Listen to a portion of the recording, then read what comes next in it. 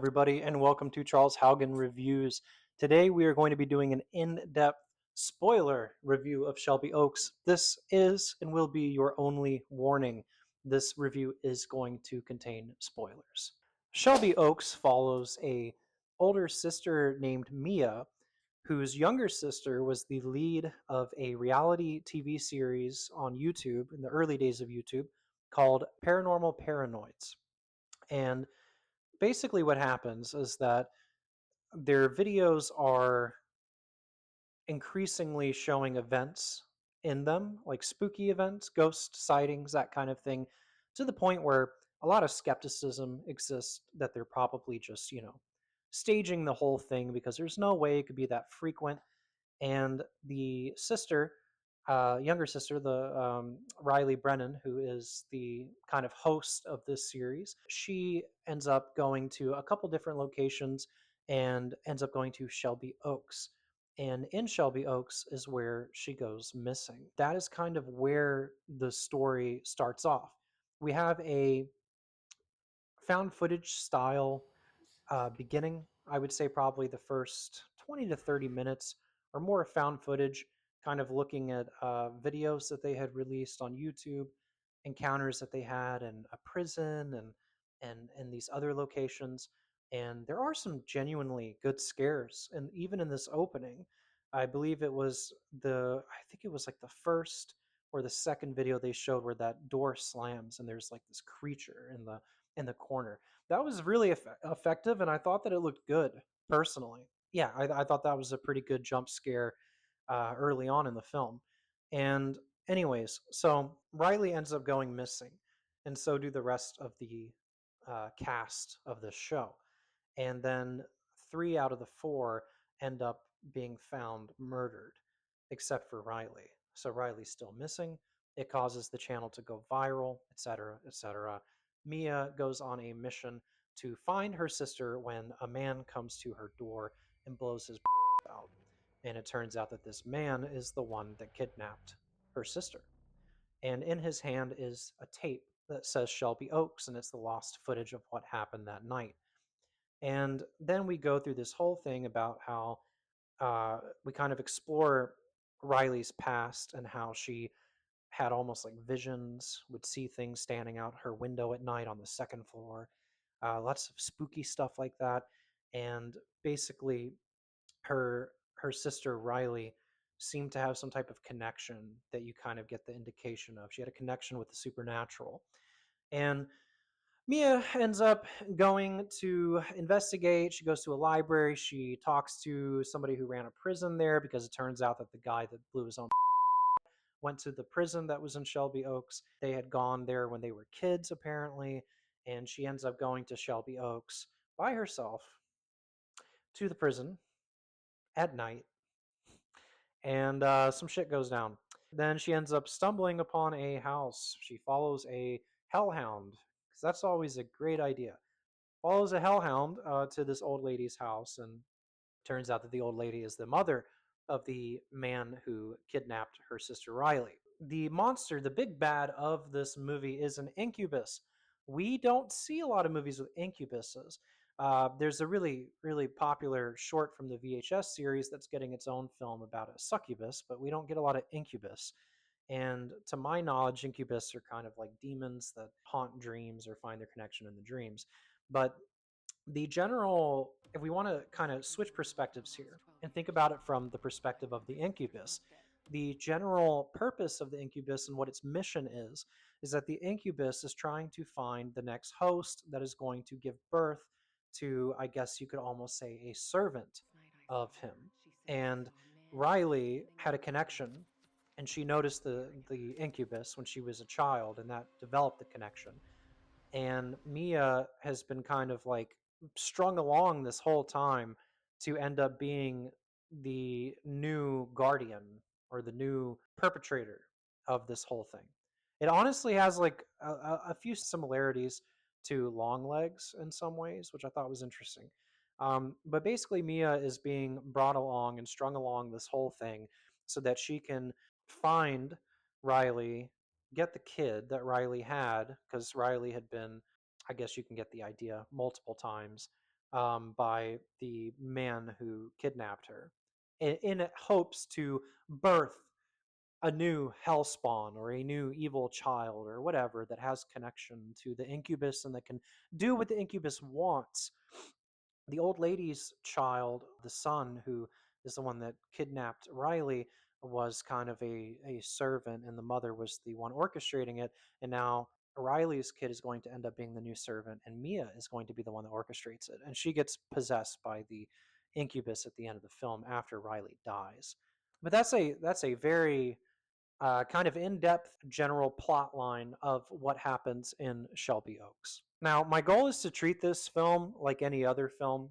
Obviously, there is some bias that's going to go into most of the reviews that you're seeing because we all, at some point or another, we're probably fans of Chris Stuckman. I was a fan for many years, but it is important to still be critical, and it is important to still, I guess, be honest about our experience with the film, what we think of the film, and where he can improve. Because how will he ever fix the wrongs if he doesn't know that they're wrongs, right? And I think that the biggest thing that really kind of drew me out of Shelby Oaks was how derivative the film is. The film is extremely derivative in a lot of different ways.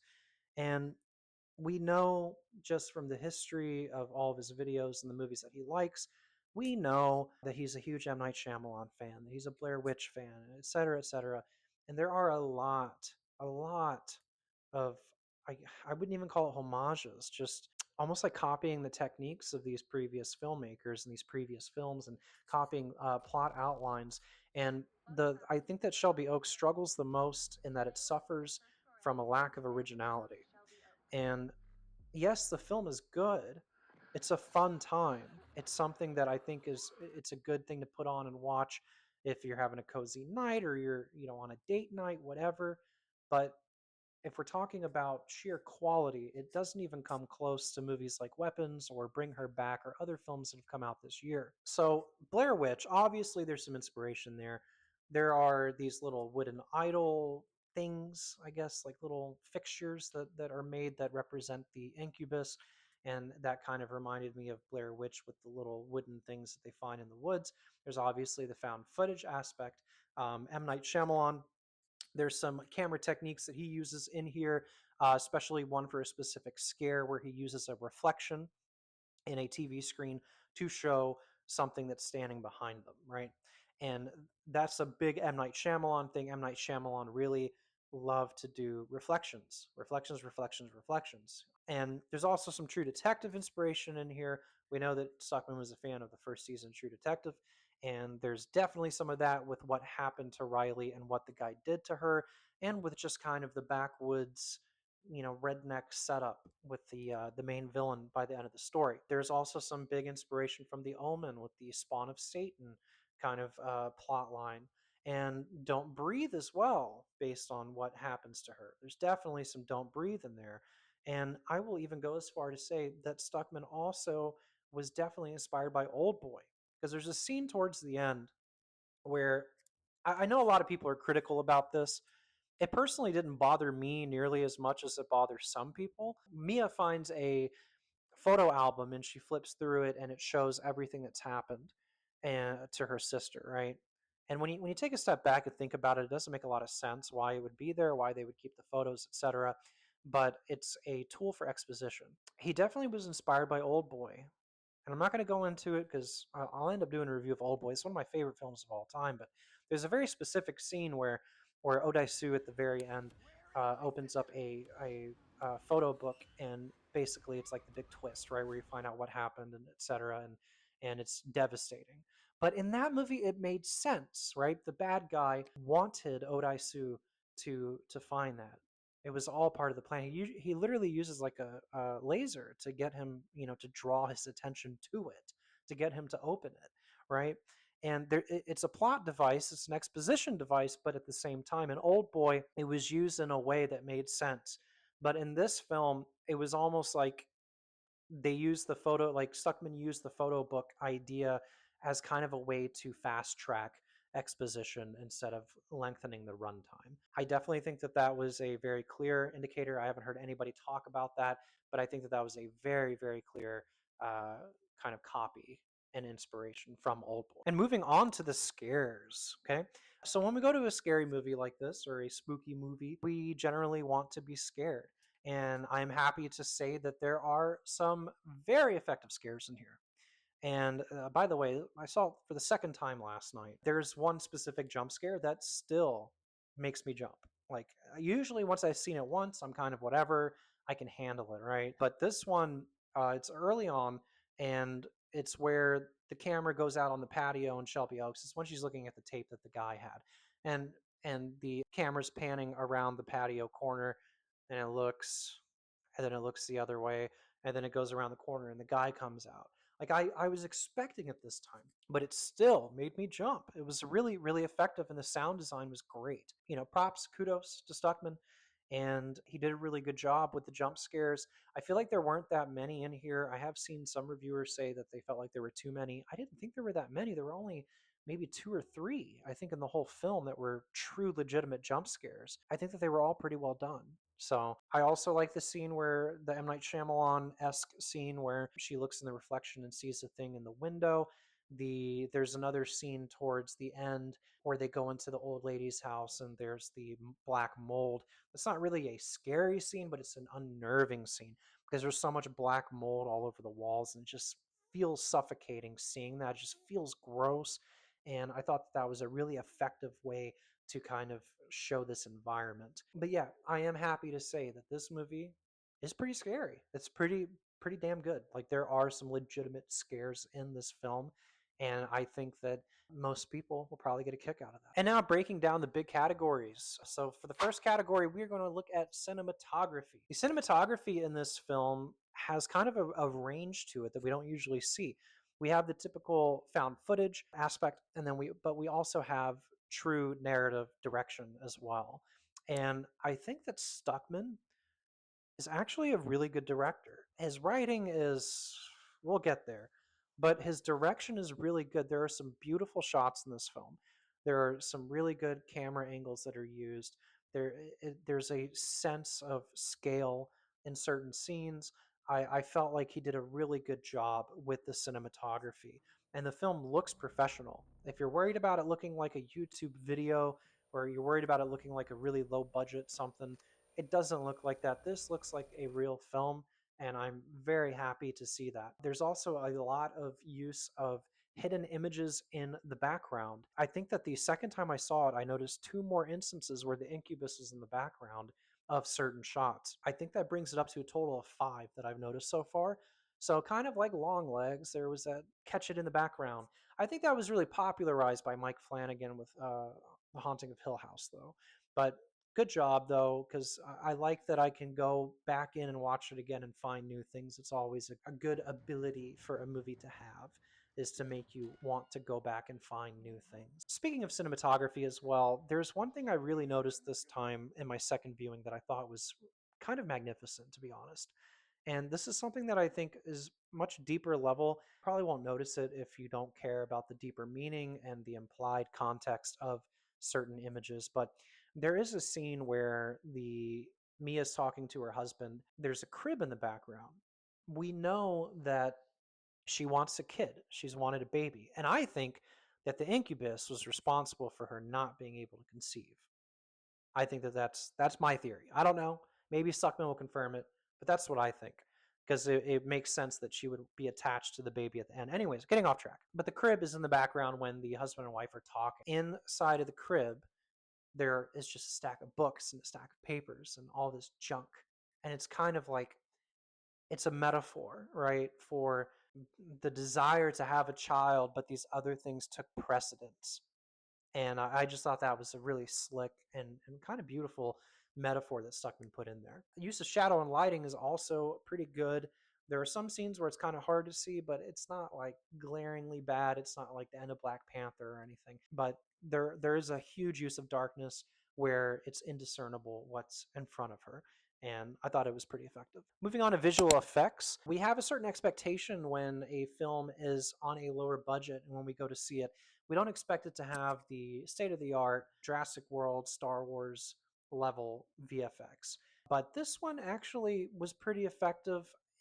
It's not perfect. There's some jankiness to certain shots, but it's really not that noticeable. I think unless you're really looking for it, you're not going to find it. The Incubus design was really cool. I thought it was neat personally. And I also, I am not sure, but I don't think that they use any CGI blood spray. I hate it when they do that, and I'm trying to think, but I don't think they did. I really appreciate that as well. Yeah, the Incubus looks really cool. I love the eyes, the glimmering eyes. It's really, really neat. I've always liked that kind of underwater fish eye look. It's just really neat. But yeah, visual effects are good for the budget that they had. Could they be better? Obviously.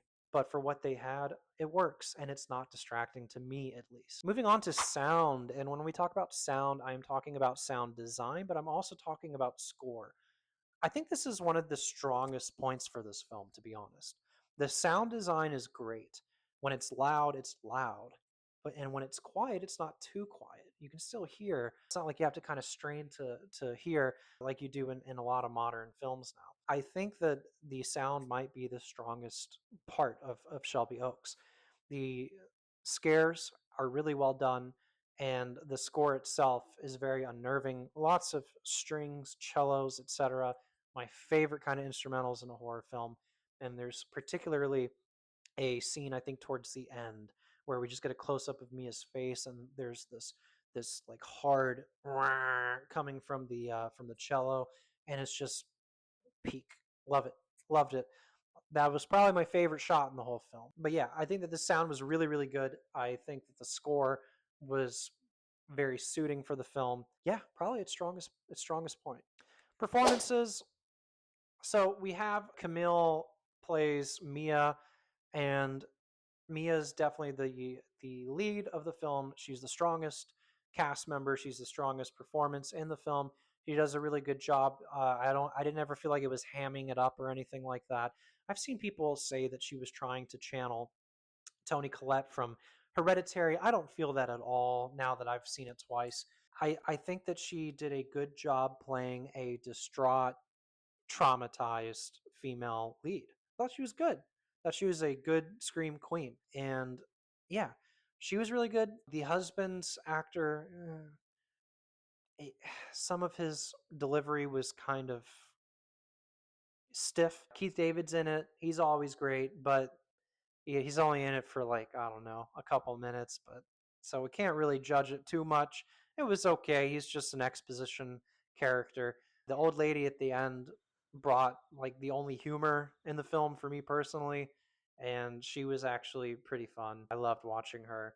But yeah, it's not really a performance driven film, to be honest.